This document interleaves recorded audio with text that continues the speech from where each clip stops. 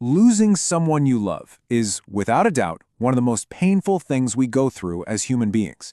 It just completely turns your world upside down, and it can really feel like a piece of you is missing. So today, we're going to talk about this incredibly difficult journey, not as some problem to be solved, but as a natural process that we can learn to understand together. I love this quote because it really gets to the heart of everything we're going to talk about. It reframes the whole thing. See, grief isn't a weakness or a flaw. It's actually a testament to how much we loved. That intense pain you feel, it's directly tied to the profound connection you shared. Okay, let's dive in. So, to start this journey, we first have to, understand the terrain. What exactly is grief? What is actually happening inside our minds and even our bodies when we go through a major loss? Now, when you look at the formal definition, what's really important is just how broad it is. Grief isn't just one emotion like sadness. It's this whole cocktail of feelings, thoughts, and even physical sensations. And it's not just about death either. It can happen after a divorce, a separation, really any major loss where that feeling of no return is there. And this is so important to get. Grief is a full-body experience. It's not just in your head. Your body is right there with your mind, processing everything. You might be completely exhausted all the time, find it impossible to focus, or have this crushing anxiety that you just can't shake. Just knowing that these physical symptoms are a normal part of grieving is a huge first step.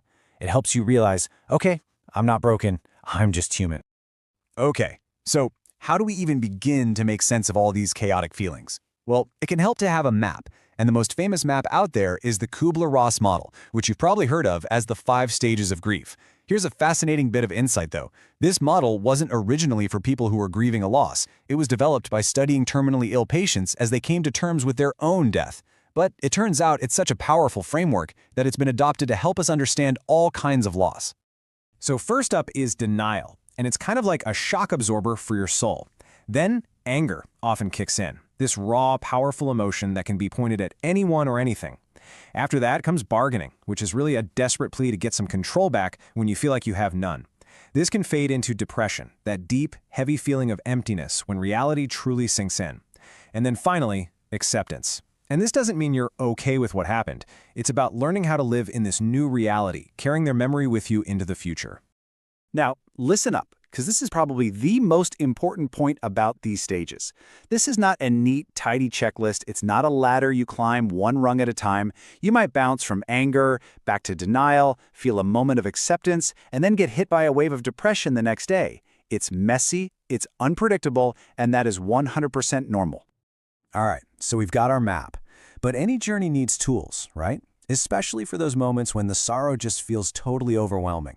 So what can you actually do? This next part is all about practical, hands-on strategies for when those waves of grief feel like they're about to pull you under. Here are 3 simple but really powerful tools to help you find your footing. The Here and Now exercise helps ground you in the present moment. Writing a letter can be a beautiful way to say things that were left unsaid.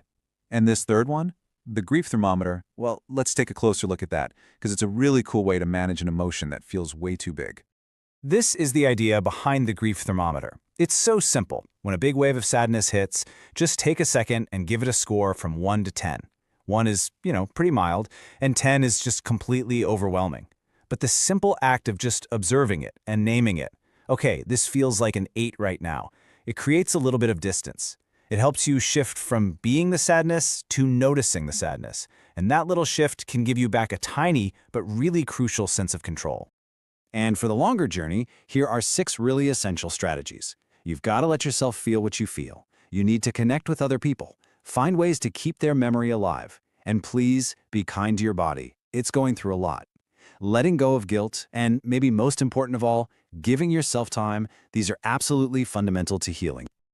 Okay, let's flip the script for a minute. We've been talking about our own journey, but what happens when it's someone you care about who's going through this? How can you be a genuinely helpful guide for them without, accidentally making things worse?